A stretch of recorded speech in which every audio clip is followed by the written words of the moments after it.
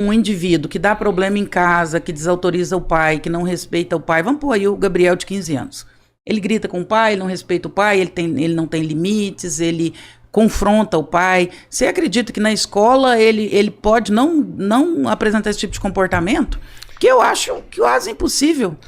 Depende muito do caso, depende de muitas coisas. Eu vou te dar um exemplo aqui de um procedimento muito legal que testaram com uma efetividade muito grande. Tem algumas crianças que podem apresentar comportamentos agressivos por vários motivos. Um deles, nesse caso do procedimento que eu vou explicar, é porque você tem baixa atenção.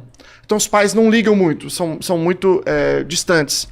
Então, quando começa a aparecer o comportamento problema na escola, você começa a perceber, começa a parecer que é por atenção. Porque quando ele começa a bagunçar, o professor dá uma esculhambação nele, o coordenador dá uma esculhambação, o diretor dá uma esculhambação, ele tem muita atenção. Não necessariamente é por isso, mas algumas vezes é por isso. Então eles desenvolveram um procedimento chamado check-in e check-out. CICO, né, que é a sigla. Que é o seguinte, o aluno vai para a escola e antes dele ir para a sala, ele vai na coordenação. O coordenador diz, pois não? Eu vim para o check-in, professor. Que aula você tem agora? Tal. Depois, tal. Depois. Você fez a lição? Fiz. Tá? Então tá bom. Então pode ir para a sala. E quando ele termina a aula, ele tem que passar de novo na coordenação. Então ele chega para o professor, professora, já fiz lá. Fez. Entregou a lição? Entreguei. Ou seja, ele tem acesso à atenção sem precisar emitir um comportamento inadequado. Uhum. Ele tem... Pelo contrário, quando ele emite um comportamento adequado, que é super simples, que é ir na coordenação só. Então você entrega a atenção para ele antes. Então, neste caso, digamos assim, o problema que existe em casa é um problema de falta de atenção. Outros problemas você não vai conseguir resolver. Uhum. Mas você pode, por exemplo, dentro de uma estrutura em que sejam poucos alunos, você pode ter uma integração terapêutica para ele ter acesso, por exemplo, a uma terapia, a um psicólogo, que é um outro problema que nós temos no Brasil, que é a falta de apoio psicológico, né? Mas ele poderia ter, e esse apoio psicológico poderia ajudá-lo a pensar nesses problemas de casa, ressignificar todas aquelas coisas que a terapia faz. Seria o mundo ideal, né? Mundo ideal. Mundo ideal. Não, mas veja, o que eu acho importante dizer é o seguinte, se a gente fizer as contas direitinho, o mundo é ideal porque as pessoas não estão fazendo, mas não é, em termos de custo, isso não representaria um custo muito extraordinário para grande parte dos municípios. Eu dei aula no município mais rico da América Latina, que não tem nada disso. Não é por falta de dinheiro. É porque é falta de clareza.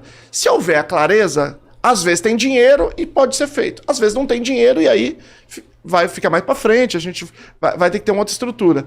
Mas não é uma coisa que seria difícil, por exemplo, você ter até apoio psicológico para esses alunos, dentro de, pelo menos, de prefeituras com mais estrutura.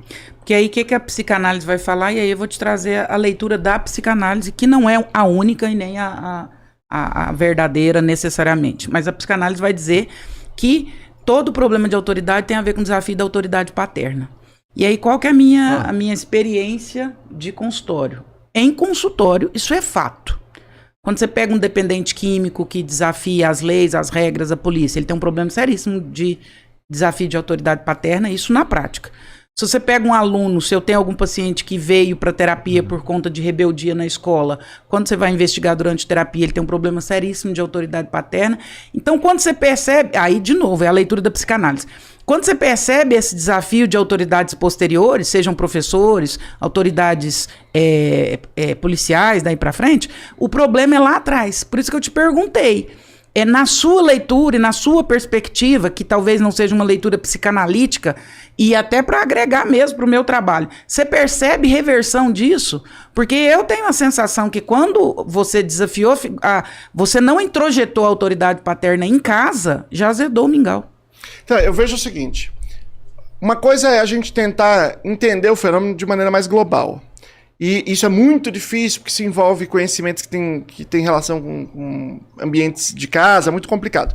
Mas quando você pega estudos escolares grandes, você pega a escola e você vê quais os problemas de comportamento que existem. Existem vários tipos de problemas de comportamento, né? Problemas muito simples, problemas mais médios, problemas mais complexos.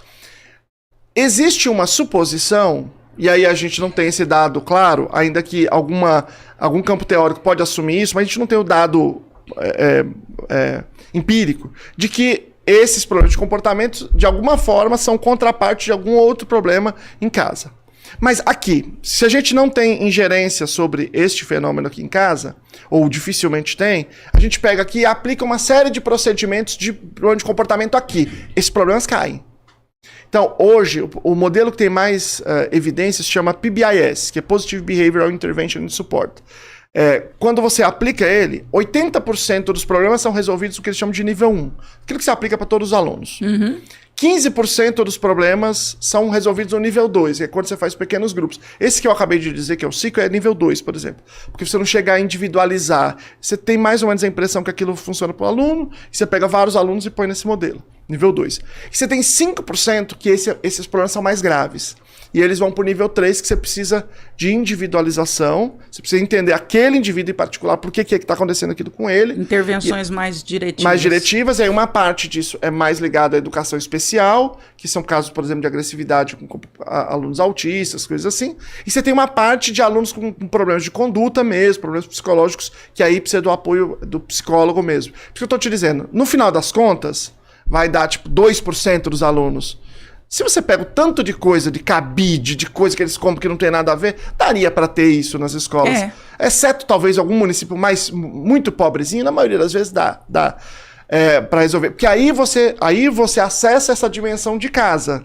Através do trabalho do psicólogo, da terapia, você já trabalha com isso. Mas para além desses 2, 3%, nesse restante você tem um impacto muito positivo. Né, bastante significativo. Só que nada disso existe no Brasil. Aí é um problema mais complicado. Então, mas esse problema é porque sempre que eu vejo falar de escola, você tem como normativa o MEC. Você não teria que ter, às vezes, um ajuste, uma grade, talvez para você ter um especialista para fazer análises ali individuais? Eu não sei se partiria diretamente do município individual, isso assim. Assim, ó, eu acredito que teria que ter uma normativa, a partir de hoje, os alunos necessitam desse auxílio. Sabe, de uma entidade realmente capaz de enxergar a deficiência para assim fazer uma proposta de ajuste. É assim, ó, no Brasil, nós temos uma legislação que estabelece o que a gente chama de competência concorrente na educação. Significa que não é o MEC que manda no estado, que manda no município. Você tem, cada um tem uma competência pela Constituição, e todo mundo faz com relativa autonomia aquilo que ele pode fazer. Então, o município faz educação infantil e ensino fundamental, o Estado, uma parte do fundamental e o médio, e a federação, o que é federal, o que é universidade ou o que é sistema federal. Agora, na prática, você tem um MEC como alguém que pode oferecer uma orientação técnica. Isso. Então, mas ele não manda, mas ele pode oferecer um caminho, né, um farol. Cara, mas o MEC é uma das coisas mais bizarras que existe. Se você falar em ciência, na porta do MEC aparece alguém na janela pra te xingar. Porque é um negócio... Eu tava contando pra ele E aí nós estamos falando do Ministério da Educação, né? É extraordinário isso. Nós estamos falando do Ministério da Educação, que se você falar sobre ciência, você vai tomar uma pedrada lá na janela. Agora, no começo do governo, eles eliminaram a diretoria de alfabetização baseada em evidências, porque não pode ser baseada em evidências. Não. Agora... acabou de sair um decreto, saiu agora, faz um mês talvez, o decreto sobre recomposição de aprendizagens pós-pandemia. Eles refizeram o decreto para tirar todas as menções à ciência. Eu peguei o decreto e analisei ali para isso. Nós tivemos um outro documento chamado Parecer 50, que é um documento do Conselho Nacional de Educação. Assim, eu participei da elaboração do documento, mas eu posso dizer assim, sem modéstia, que é um documento nível de qualquer país desenvolvido. E o MEC não homologou porque não aceitava a presença de qualquer menção à evidência científica. Cara, eu nunca ouvi uma coisa tão bizarra, absurda, inacreditável do que você Eles acabou de falar só aqui. homologaram por muita pressão social a última versão porque tirou todas as menções à ciência. Então, assim, o MEC assim, hoje a postura é muito estranha, né? Quando o ministro foi indicado, o ministro Camilo Santana, eu comemorei. Por quê? Porque ele foi junto com ele, a professora Isolda Sela, que lá no Ceará tinha uma história de defender práticas com evidência, né? Ela participou de eventos de práticas baseadas em evidências. Durante a estadia dela no MEC, depois ela saiu, ela foi candidata a prefeita de Sobral. Você pode procurar, não tem a palavra evidência, não apareceu em nenhuma fala dela do começo ao primeiro ao último dia. E aí o Ministério começou a trabalhar contra, fechou a diretoria e começou a trabalhar contra a ideia de educação baseada em evidências. Então, você está certo, acho que você está certo, mas eu não vejo isso acontecendo. De modo que, tendo em vista que o município tem autonomia, eu acho que isso vai começar nos municípios. Quando alguém no município tiver alguém bem preparado, dizer, não, vamos fazer isso aí, me parece interessante. Vamos adotar esse modelo. Então, à medida que os municípios forem adotando, aí sim é mais provável que o MEC Eu não acredito, responda porque no eles vão futuro. desconsiderar a análise vinda de evidências. E aí Você entende? tem, Na escola deu certo, tá aqui a prova, tá aqui o número, deu tudo certo, é só colocar... Não. tem duas questões aí envolvidas, né, que eu gostaria de pontuar. A primeira é que a gente precisa entender que problema complexo, solução complexa. Exatamente. Problema simples, solução simples. Então, nós estamos falando que a questão da educação, que envolve pais, famílias, escolas, é um problema complexo, e você deu uma aula aqui, de como que isso pode ser resolvido, por inúmeras linhas, por inúmeras perspectivas, por inúmeras abordagens, mas que exige um debruçar-se maior sobre tudo isso. Ou seja, não é um problema simples, que se resolve com teoria simples, nem de forma simples, é um problema complexo e uma solução complexa. Então, para isso, exige nós, pensadores, políticos e todo um sistema, todo um ecossistema envolvido nisso para que isso se resolva. Primeiro ponto. Segundo ponto, essa questão sobre o MEC, né? E não é uma crítica política, é só falando de uma situação e de coisas que a gente percebe. Eu fui diretora de uma entidade de ensino superior, e eu era responsável nessa entidade pelo Ciência Sem Fronteira, na época do Ciência Sem Fronteira. Eu era diretora da faculdade e quem cuidava da parte de Ciência Sem Fronteira era eu. Então a gente ia de 2 em 2 meses no MEC, fazer reunião sobre Ciência Sem Fronteira. E durante esse tempo decorrido, um dos meus alunos, que tinham ido pela universidade para a Europa, pelo Ciência Sem Fronteira, morreu por overdose de droga. Aquilo me levantou um alerta. E os alunos faziam muita brincadeira. Na época não era muito difícil você viajar para a Europa ou para outro país com Ciência Sem Fronteira. E os alunos brincavam muito, falavam turismo sem fronteira, não sei o quê. E aí eu fui tentar entender, claro, muita gente séria, muita gente ia e fazia e tá tudo certo. Mas acontecia meio que de forma delargada o processo. E aí eu comecei a ir nas reuniões do MEC e comecei a pontuar isso de forma mais, depois que nós perdemos esse aluno, de forma mais justa no sentido de justa mesmo, de apertada.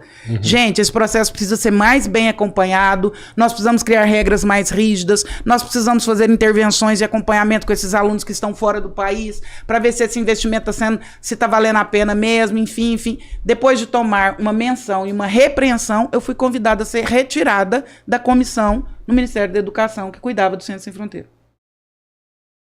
Nossa. Porque eu cobrei rigidez, acompanhamento e responsabilidade com o projeto. Assim, Não você pode falou cobrar, que, você falou que isso não é político. Mas pra mim, eu não consigo desassociar isso da política. Porque eu sempre acreditei que a educação é a base maior, é a libertação, é a capacidade da pessoa de se indignar com situações. A pessoa que tem conhecimento, ele vai ter a capacidade maior de se indignar. Eles fazem isso para manter a população obsoleta ali, sem raciocínio, sem educação mesmo, sem capacidade intelectual. E isso é político. Quem faz isso é a política, mano. Não, a gente Não é outra. eu entendo que o sentido que ela disse que não é política é que não é uma questão de direita e de esquerda. Tá, É, sim, não, é geral. Isso, nesse geral, sentido. né? Né? Porque essa é uma postura que os dois lados têm. Não é assim, que tem um que é super top, a esquerda ou a direita é bom, os dois. Então, e aí, esse é um problema, porque toda vez que você faz uma crítica, você você está fazendo a crítica porque você é de oposição. Boa. E não é. Existe um problema grave na educação brasileira.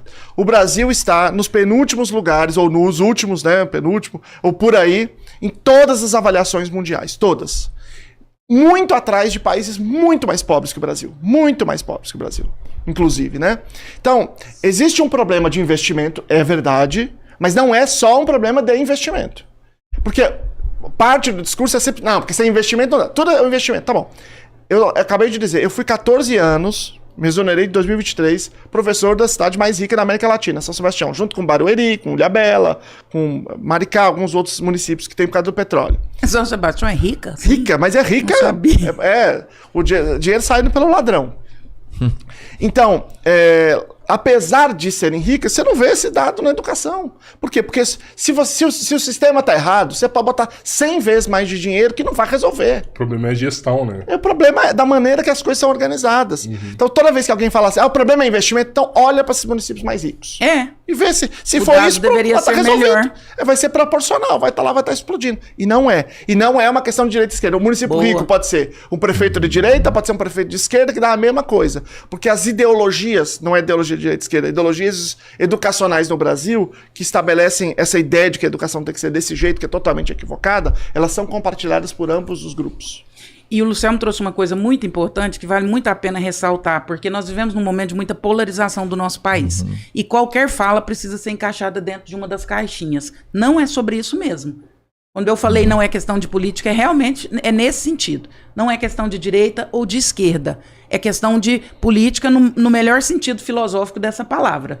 O bem da polis. Aquilo que é melhor para todos, aquilo que é melhor para a cidade. Que a palavra política surge nesse contexto na Grécia. Política é buscar o bem da polis, aquilo que faz bem para todo mundo. Não é sobre direita, não é sobre esquerda. É uma super discussão sobre educação que nós estamos fazendo aqui. O principal órgão que deveria cuidar disso, que deveria dali para frente todas as políticas descerem como cachoeira, nós temos esses problemas.